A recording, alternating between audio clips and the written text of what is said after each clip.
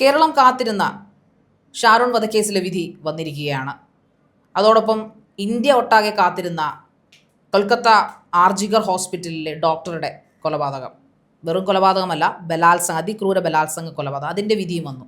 പക്ഷേ ഈ രണ്ടു വിധിയും ഒരേ ദിവസങ്ങളിലാണ് വന്നതെന്ന് ആ വിധിയുടെ പ്രത്യേകതയാണോ അല്ലെങ്കിൽ അതിനുണ്ടായൊരു അന്തരം? അതിൻ്റെ വിധിയുടെ പ്രത്യേകത എന്ന് പറഞ്ഞു കഴിഞ്ഞാൽ, ഒരു വിധി, അതായത് ഷാരോണിൻ്റെ മരണത്തിൻ്റെ കാരണക്കാരിക്ക് വധശിക്ഷ കൊടുക്കുമ്പോൾ ഈ പറയുന്ന കൊൽക്കത്ത ആർജികർ ഹോസ്പിറ്റലിലെ ഡോക്ടറുടെ മരണത്തിന് കാരണം അതിക്രൂരമായി ബലാത്സംഗം ചെയ്തു കൊന്ന അല്ലെങ്കിൽ ആ കുറ്റവാളിക്ക് കൊടുത്തത് ജീവപര്യന്തം ശിക്ഷയാണ്. ഇത് രണ്ടും നമ്മുടെ രാജ്യത്ത് തന്നെയാണ് നടന്നിരിക്കുന്നത്, പുറത്തല്ല. അപ്പോൾ ഇതിൽ കാണപ്പെടുന്ന അന്തരം, അത്യപൂർവങ്ങളായിട്ട് കണക്കാക്കുന്ന ഷാരോൺ വധക്കേസും എന്നാൽ അതിക്രൂരമായി നടന്ന ബലാത്സംഗ കൊലപാതകമായിട്ട് പോലും അത് അത്യപൂർവങ്ങളല്ല എന്ന് പരാമർശിച്ചുകൊണ്ട് കോടതി ജീവപര്യന്തം കൊടുക്കുന്നു. ഇതിലെ അന്തരം എന്താണ് പറയുന്നത്? എന്താണ് ഇങ്ങനെ സംഭവിക്കുന്നത് നമ്മുടെ നാട്ടിൽ? അതെ, സാധാരണയായിട്ട് പറയുമ്പം ഇന്ത്യൻ നിയമവ്യവസ്ഥയിൽ ഓരോ ഇന്ത്യൻ പൗരനും നിയമം അല്ലെങ്കിൽ നിയമം അനുശാസിക്കുന്നത് ഓരോ ഇന്ത്യൻ പൗരനും എല്ലാവർക്കും തുല്യത, അല്ലേ, ഇക്വാലിറ്റി, എല്ലാവർക്കും ഒരുപോലെ ബാധകമായിട്ടുള്ളതാണ് നിയമം. ഇപ്പം ഷാരോൺ വധക്കേസിലെ പ്രതിക്ക് ജീവപര്യന്തമല്ല, വധശിക്ഷയാണ് നൽകിയിരിക്കുന്നത്. അപ്പോൾ ഈ ആർജികർ മെഡിക്കൽ കോളേജിൽ, വെസ്റ്റ് ബംഗാൾ അല്ലേ, കൊൽക്കത്തയിൽ, അപ്പോൾ അവിടെ സഞ്ജയ് റോയ് എന്നാണെന്ന് തോന്നുന്നു. അപ്പോൾ ആ ആളെ ഗിൽറ്റി ആയിട്ട് ഫൗണ്ട് ചെയ്തു അല്ലെങ്കിൽ കണ്ടുപിടിച്ചു, അയാൾക്ക് പശ്ചാത്താപം ഉണ്ടെന്നാണ് പറയുന്നത്. പക്ഷെ എത്ര പശ്ചാത്തപിച്ചാലും ചെയ്ത ക്രൂരത ഇല്ലാതാവുന്നുണ്ടോ? ജീവപര്യന്തം കൊടുക്കുന്നു. അല്ലെങ്കിൽ ഇവിടെ നടന്നത് അതിക്രൂരമായ ഒരു കൊലപാതകം തന്നെയാണ് ഇവിടെയും നടന്നത്. വെൽ പ്ലാൻഡ് ആയിരുന്നു, ഗ്രീഷ്മ വെൽ പ്ലാൻഡ് ആയിട്ടാണ് നടത്തിയത്. പക്ഷേ ശരിയാണ്, ശാരിക ചോദിച്ച ആ ഒരു പോയിന്റ് വാലിഡ് ആണ്. ഒരേ രാജ്യത്ത് രണ്ട് സ്ഥലങ്ങളിൽ വ്യത്യസ്ത രീതികളിൽ കൊലപാതകം നടക്കുന്നു, പക്ഷേ നടക്കുന്നത് കൊലപാതകം തന്നെയാണ്. അപ്പോൾ അതിനുള്ള ശിക്ഷ എങ്ങനെ രണ്ടാവും? അതെ, അത് മാത്രമല്ല, ഇതിൽ രണ്ടിലും ഒരേ ടാഗ്ലൈൻ വന്നിട്ടുണ്ട്. ഒന്ന് ആണ്, ഒന്നല്ല. അതായത് ഷാരോൺ വധക്കേസിൽ വന്നിരിക്കുന്നത് അത്യപൂർവമായ കേസാണ്, അത്യപൂർവമായ കൊലപാതകങ്ങളിൽ ഒന്ന്. എന്നാൽ അതേ സ്റ്റേറ്റ്മെന്റ് തന്നെ കൽക്കത്ത കോടതി വിധിച്ചിരിക്കുന്നത് യെസ്, അതാണ്, അങ്ങനെയാണ് പറയുന്നത്. ഇത് റയറസ്റ്റ് ആയിട്ടുള്ള കേസ് അല്ല. പക്ഷേ കൊലപാതകങ്ങൾ, ജസ്റ്റിസ് കമാൽ പാഷയാണ് ഈ ഒരു വിഷയം ഇന്നലെ കഴിഞ്ഞ ദിവസങ്ങളിൽ വിധി വന്ന ദിവസം സംസാരിച്ചത്. കമാൽ പാഷയാണ്. അദ്ദേഹം പറഞ്ഞൊരു കാര്യം എന്ന് പറഞ്ഞു കഴിഞ്ഞാൽ, കൊലപാതകങ്ങൾ എല്ലായ്പ്പോഴും ബ്രൂട്ടലാണ്. അത് ഏത് തരത്തിലായത് ബ്രൂട്ടൽ തന്നെയാണ്. പക്ഷേ അതിന്റെ സാഹചര്യങ്ങൾ, ആ അറ്റ്മോസ്ഫിയർ, എന്തിന്റെ സാഹചര്യത്തിന്റെ സമ്മർദ്ദത്തിന്റെ പേരിലാണ് ഇപ്പൊ ഗ്രീഷ്മ ഷാരോണിനെ കൊന്നുകളഞ്ഞത് അല്ലെങ്കിൽ അങ്ങനെ ഒരു വിധി ഉണ്ടായതെന്നുള്ളത് നമ്മൾ പരിശോധിക്കേണ്ടിയിരിക്കുന്നു എന്നാണ് അദ്ദേഹം പറഞ്ഞത്. നമ്മളിവിടെ കോടതിയുടെ വിധിന്യായത്തെ ചോദ്യം ചെയ്യുകയല്ല, തീർച്ചയായിട്ടും. എന്ന് വെച്ചാൽ കീഴ്ക്കോടതിയാണ് ഇത് വിധിച്ചിരിക്കുന്നത്, ഒന്നും അന്തിമ വിധികളല്ല. കുറെ പേര് ട്രോളുകളിൽ ചോദിക്കുന്നുണ്ട്, ഗ്രീഷ്മ ഇപ്പൊ തൂങ്ങും വെറുതെ ചുമ്മാ. കാരണം കഴിഞ്ഞ ദിവസം, ഇന്ന് രാവിലെ ഞാൻ ഇങ്ങോട്ട് വന്നപ്പോൾ കണ്ട ട്രോളാണ്, ഗോവിന്ദസ്വാമി ജയിലിൽ പോകുമ്പോഴുള്ള കിലോ 46 kg, ഇപ്പോൾ അവന്റെ kg എന്ന് പറഞ്ഞാൽ 66 kg. അതായത് അങ്ങനെ തരത്തിൽ പരിഹസിച്ചുകൊണ്ടാണ് വിധിയെക്കുറിച്ച് പറയുന്നത്. അപ്പോൾ ഗ്രീഷ്മയെ സംബന്ധിച്ചിടത്തോളം എല്ലാവരും ചോദിക്കുന്ന ഒരു ചോദ്യം എന്ന് പറഞ്ഞാൽ, അവൾ വെൽ പ്ലാൻഡ് ചെയ്തു, അവൾക്ക് വിദ്യാഭ്യാസമുണ്ട്, അവളുടെ ആ ഒരു വിദ്യാഭ്യാസത്തെ, ബ്രില്യൻസിനെയൊക്കെ അവൾ ഇങ്ങനെ ഒരു ക്രൂക്കഡായിട്ടുള്ള ഒരു രീതി അവലംബിക്കാൻ അതൊരു ഉപയോഗിച്ചു എന്നുള്ളതാണ്, ഒരുപാട് റിസർച്ച് നടത്തി എന്നുള്ളതാണ്. അത് ശരിയാണ്, സൂയിസൈഡ് ചെയ്യുന്നവർ ഒരുപാട് റിസർച്ച് നടത്താറുണ്ട്, കൊലപാതകം ചെയ്യുന്ന റിസർച്ച്. ഗൂഗിളാണല്ലോ എല്ലാത്തിനും സഹായിക്കുന്നതെന്നാണല്ലോ പറയപ്പെടുന്നത്. ഇതിനകത്ത് ഹൈലൈറ്റ് ചെയ്ത് പറയുന്ന ഒരു പോയിന്റ് എന്ന് വെച്ചാൽ പ്രണയപ്പക എന്നുള്ളതാണല്ലോ. ശരിക്കും അങ്ങനെ ഒരു പകയുണ്ടോ? പ്രണയപ്പക എന്ന് പറഞ്ഞാൽ അതിനകത്ത് ഈ റിട്ടയർഡ് ജസ്റ്റിസ് കമാൽ പാഷ പറഞ്ഞൊരു പോയിന്റ് ഉണ്ട്. ഇവളതിനകത്ത്, അതായത് ഈ പറയപ്പെടുന്ന പ്രതിയായ ഗ്രീഷ്മ പറയുന്ന കുറച്ച് സ്റ്റേറ്റ്മെന്റ്സ് ഉണ്ട്. സഹിക്കാഞ്ഞിട്ട്, അതായത് ശരിയാണ്, പരസ്പരം സ്നേഹിക്കുമ്പോൾ എല്ലാവർക്കും കണ്ണുകളിൽ രാജകുമാരിയായിരിക്കും, ചോദിക്കുന്നതെല്ലാം കൊടുക്കും. അത് ശരീരമായാലും പണമായാലും എന്തും കൊടുക്കും. അവർ പറയുന്നത് മാത്രമേ കേൾക്കത്തുള്ളൂ, വേറെ ആരും ശ്രദ്ധിക്കില്ല. അതൊരു പ്രണയത്തിന്റെ ഒരു നാച്ചുറൽ തിങ് ആണത്. പക്ഷേ പലവട്ടം പറഞ്ഞിട്ടും തൻ്റെ സ്വകാര്യ കിടപ്പറ രംഗങ്ങൾ, ശരിയാണ്, അവർ തമ്മിൽ പരസ്പരം ശരീരം പങ്കിട്ടു, അവർ വിവാഹം കഴിച്ചു എന്ന് പറയപ്പെടുന്നു, വീട്ടിൽ വെച്ച് താലി കെട്ടി, പള്ളിയിൽ പോയി മിന്നി കെട്ടി എന്നൊക്കെയാണ് പറയപ്പെടുന്നത്. എനിവേ, അതിന് തെളിവുകളും കാണിച്ചിട്ടുണ്ട്. പക്ഷെ അപ്പോഴൊക്കെ ഇതെല്ലാം ഒരു കൈയടിച്ചാൽ ഒരിക്കലും ശബ്ദം ഉണ്ടാവില്ല. ഞാൻ ഒരിക്കലും ഷാരോൺ വധത്തെ ന്യായീകരിക്കുകയോ ഇങ്ങനെ ചെയ്യണമെന്ന് പറയുകയോ അതൊന്നും അല്ല അവിടെ പറയുന്നത്. പക്ഷേ രണ്ട് കൈയടിച്ചാലാണ് എല്ലായ്പ്പോഴും ശബ്ദം ഉണ്ടാകുക. ഷാരോണിൻ്റെ അമ്മയ്ക്കും അല്ലെങ്കിൽ അവരുടെ കുടുംബത്തിനും നീതി കിട്ടിയെന്നുള്ളത് നല്ല കാര്യം തന്നെ. പക്ഷേ ഒരാളെ കൊന്നുകളഞ്ഞാൽ ഈ പറയപ്പെടുന്ന വ്യക്തിക്ക്, അതായത് ഇപ്പൊ ഗ്രീഷ്മയ്ക്ക് വധശിക്ഷ വിധിച്ചു, അതിപ്പോ സപ്പോസ് നടപ്പിലാക്കിയെന്ന് ഇരിക്കട്ടെ, അങ്ങനെ ആയാൽ ഷാരോൺ തിരിച്ചു വരുമോ? ഒരിക്കലും ഇല്ല. പിന്നെ ഈ പറയുന്ന പോലെ ഒരു സമൂഹത്തിനൊരു സമൂഹത്തിന് കാണിച്ചു കൊടുക്കാം, ഇനി ഒരു കാമുകിമാരും ഇങ്ങനെ കഷായത്തിൽ വിഷം ചേർത്ത് ഒരാളെ കൊല്ലാൻ മുതിരരുത്. പക്ഷെ കഷായത്തിൽ തന്നെ വിഷം ചേർത്ത് കൊല്ലണമെന്നില്ലല്ലോ.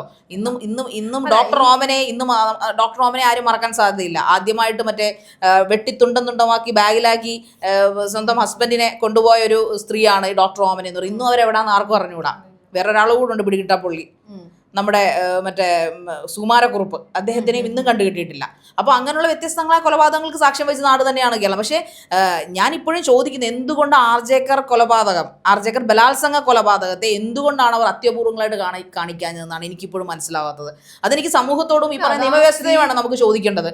ഈ ചോദ്യം ഒരുപാട് ആൾക്കാർ ഉന്നയിക്കുന്നുണ്ട്. കാരണം ഡോക്ടർമാർ മാസങ്ങളോളം സമരം ചെയ്തു, നഴ്സുമാർ മാസങ്ങളോളം, ജൂനിയർ ഡോക്ടർമാർ കൂട്ടത്തോടെ രാജിവെച്ചു ആ ഹോസ്പിറ്റലിൽ നിന്നുകൊണ്ട്, വാക്കൗട്ട് നടത്തി. അവിടുത്തെ മുഖ്യമന്ത്രിക്കെതിരെ എന്തെല്ലാം അവർ വരെ പരാമർശിച്ചു, മാക്സിമം ശ്രമിക്കാം.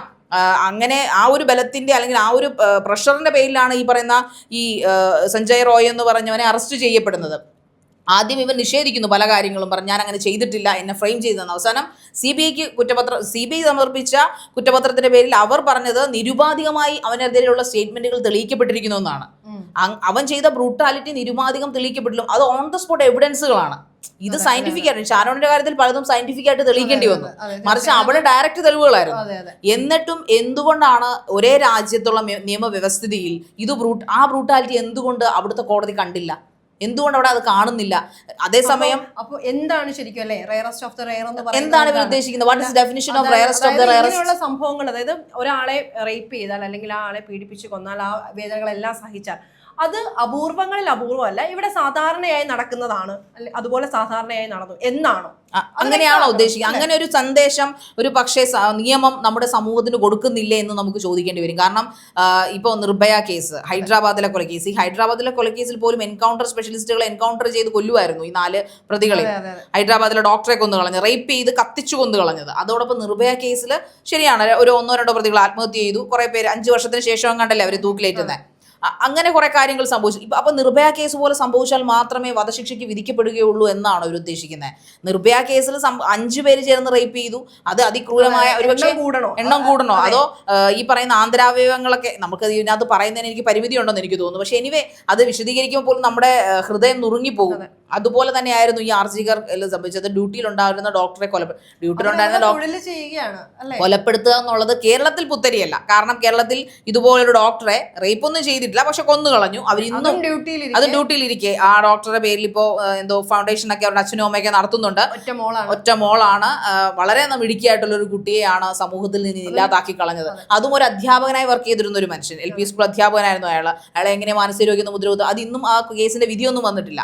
പക്ഷേ ഈ പറയുന്നത് പോലെ എന്തുകൊണ്ട് അങ്ങനെയുള്ള കേസുകളിൽ ഇപ്പോൾ ഇത് ശരിയാണ്, ആ ഡോക്ടർ നമ്മുടെ നാട്ടിൽ കുത്തിക്കൊല ചെയ്യപ്പെട്ട യുവ ഡോക്ടർ ലേഡി ഡോക്ടർ, അവരെ അത്യപൂർവമായിട്ട് കേസായിട്ട് കോടതി പരിഗണിച്ചിരുന്നോ? എനിക്കറിയില്ല, പരിഗണിച്ചിരുന്ന എൻ്റെ വിഷയം. ഓക്കെ, അതായിക്കോട്ടെ. പക്ഷേ ഡ്യൂട്ടിയിലുണ്ടായിരുന്ന സെമിനാർ ഹാളിൽ വിശ്രമിച്ചിരുന്ന ഒരു ലേഡി ഡോക്ടറെ നോർമലി ഒരു റേപ്പ് ആയിരുന്നില്ല, അത് അതിക്രൂരമായിട്ട്. അതായത് നമുക്കത് വിശദീകരിക്കാനൊന്നും പറ്റില്ല. കാരണം അന്നത്തെ പത്രത്താളുകൾ കൃത്യമായ വിശദീകരണങ്ങൾ അതിനെക്കുറിച്ചുണ്ട്, ഫോറൻസിക്സ് വന്നതും അങ്ങനെ കുറേ കാര്യങ്ങൾ. പിന്നെ തെളിവ് നശിപ്പിക്കൽ പരിപാടികളൊക്കെ അവിടെ നടത്തിയിരുന്നു. പ്രിൻസിപ്പൾ ഇതിന് ആളായിട്ട് നിന്നിരുന്നു എന്ന് ആരോപണങ്ങൾ വന്നിരുന്നു. പ്രിൻസിപ്പൾ പെട്ടെന്ന് തന്നെ വേറൊരു അതിപ്രശസ്തമായ മറ്റൊരു മെഡിക്കൽ കോളേജിലേക്ക് പ്രിൻസിപ്പളായി അവരോധിക്കപ്പെടുന്നു, ഇവിടുന്ന് റിസൈൻ ചെയ്തു പോകുന്നു. അങ്ങനെ ഒരുപാട് സംഭവങ്ങൾ ഈ ആർജിക്കറിന്റെ പിന്നിൽ നടന്നിട്ടുണ്ട്. പക്ഷേ ഈ ഒരു രാജ്യമൊട്ടാകെ പ്രതിഷേധം അലയടിച്ച ആൾക്കാരുടെ കണ്ണുകളിലും ഈ മാധ്യമങ്ങളുടെ കണ്ണുകളിലും തെളിവുകൾ ഉണ്ടായിരുന്ന, അല്ലെങ്കിൽ ഇത്രയും കോളിളക്കം ഉണ്ടാക്കിയ ഒരു കേസിന് എന്തുകൊണ്ടാണ് കോടതിക്ക് അങ്ങനെ ടാഗ് ചെയ്യാൻ പറ്റിയത് അത്യപൂർവമല്ലെന്ന്? അപ്പോൾ പൗർണമി ചോദിച്ച പോലെ ഏതിനെയാണ് അത്യപൂർവങ്ങളായിട്ട് പരിഗണിക്കുക? അല്ല, ഇവിടെ എന്ത് പണ്ട് ഒരു സിനിമയിൽ പറയുന്ന പോലെ എന്താണല്ലേ അത്യപൂർവങ്ങളിൽ അല്ലെങ്കിൽ അപൂർവമായ കേസ് എന്ന് കോടതി പറയുന്നത് ഏത് ടൈപ്പ് ഓഫ് ക്രൈമിനെ? അപ്പൊ അങ്ങനെയാണെങ്കിൽ അതിനൊരു നിയമസമിതി ഇവർ ഉണ്ടാക്കണം. ഇന്ന കേസുകളെ മാത്രമേ അങ്ങനെ ഒരു ടാഗിൽ ഞങ്ങൾക്ക് പരിഗണിക്കാൻ സാധിക്കുകയുള്ളൂ. മാറുന്ന ലോകത്ത് അല്ലെങ്കിൽ ഇവിടെ ഇതുവരെ അല്ലെങ്കിൽ കുറച്ച് വർഷങ്ങൾ പിന്നോട്ട് എടുത്ത് നോക്കിയാൽ ഇത്തരത്തിലുള്ള ക്രൈമുകളൊക്കെ വളരെ ഒരുപക്ഷെ കുറവായിരിക്കും, അല്ലെങ്കിൽ ഇത്രയും പുറത്ത് അറിയുന്നുണ്ടാവില്ല.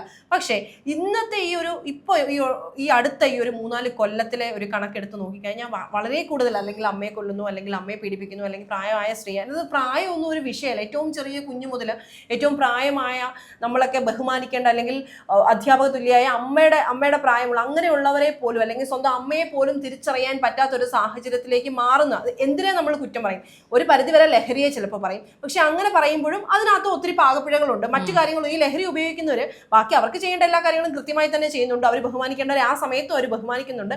പക്ഷേ അതല്ലാന്നുള്ള രീതിയിൽ കാണണ്ട, അല്ലെങ്കിൽ ഞങ്ങൾക്ക് ഇവർക്ക് എന്തെങ്കിലും സംഭവിച്ചാൽ ഞങ്ങൾക്ക് കുഴപ്പമൊന്നും ഇല്ല എന്ന് തോന്നുന്നവരെ മാത്രമല്ല ഈ രീതിയിൽ ഉപദ്രവിക്കുന്നു. അതെ, പക്ഷേ ഈ പറയുന്ന പോലെ ഈ ഷാരോൺ വധക്കേസിൽ കോടതി പരാമർശിക്കുന്ന കുറച്ച് ഇമോഷണൽ രംഗങ്ങളുണ്ട്. അതായത് ഷാരോൺ മരണക്കിടക്കയിലും അവളെ വാവയെന്നാണ് വിളിച്ചത്, അല്ലെങ്കിൽ ഷാരോൺ അഗാധമായി പ്രണയിച്ചിരുന്നു. സത്യത്തിൽ കോടതിക്ക് ഇതൊക്കെ പരാമർശിക്കേണ്ട ആവശ്യമില്ല, കാരണം ഇമോഷണൽ അങ്ങനെ പറഞ്ഞ് കേട്ടിട്ടില്ല. ബിക്കോസ് അങ്ങനെ ഇമോഷണലി ശിക്ഷ കൊടുക്കാനാണെങ്കിൽ ഈ ലോകത്തെ റേപ്പിസ്റ്റുകളൊന്നും ഒരു കാലത്തും രക്ഷപ്പെടത്തില്ലായിരുന്നു, കാരണം അവിടെ ഇമോഷനാണ് തിങ്ങി വരുന്നത്. അങ്ങനെയാണെങ്കിൽ ഇങ്ങനെ ഒരു സംഭവം ഒരുപക്ഷെ ഉണ്ടാവില്ലായിരുന്നു, കാരണം തുടക്കം തൊട്ടേ ആ രീതിയിലുള്ള ശിക്ഷയാണ് കൊടുത്തിരുന്നെങ്കിൽ തീർച്ചയായും എല്ലാവരും ഒന്ന് പേടിക്കുന്നത്. അതെ, ഞാൻ പറഞ്ഞത് ഇമോഷണലി, പ്രത്യേകിച്ച് റേപ്പ് കേസുകൾ വരുമ്പോൾ കൂടുതലും വികാര വിക്ഷുബ്ധതയാണ് സിറ്റുവേഷൻസ് വരുന്നത്. ആ വികാര വിക്ഷുബ്ധതയിൽ ശിക്ഷ കൊടുക്കാനാണെങ്കിൽ ലോകത്തുള്ള സകലതിനെ റേപ്പ് തൂക്കിക്കൊല്ലേണ്ടി വരും. എപ്പോഴും നമ്മൾ പറഞ്ഞിരിക്കുന്നത് കോടതിക്ക് എപ്പോഴും വേണ്ടത് തെളിവുകളാണ്. അപ്പൊ അങ്ങനെയെങ്കിൽ എന്തുകൊണ്ട് ഈ പറയുന്ന തെളിവുകളുടെ അഭാവം അവിടെ ഇല്ലായിരുന്നു? ഈ ആർജിക്കർ കേസിൽ ഇപ്പൊ ഷാരോണിന്റെ വിധിയില് കംപ്ലീറ്റ് പഴുതടച്ചാണ് അവർ തെളിവ് കൊടുത്തിരിക്കുന്നത്. Okay, fine. ബട്ട് ഈ ആർജിക്കർ കേസിൽ CBI ആവശ്യപ്പെട്ടിരുന്ന വധശിക്ഷയാണ്.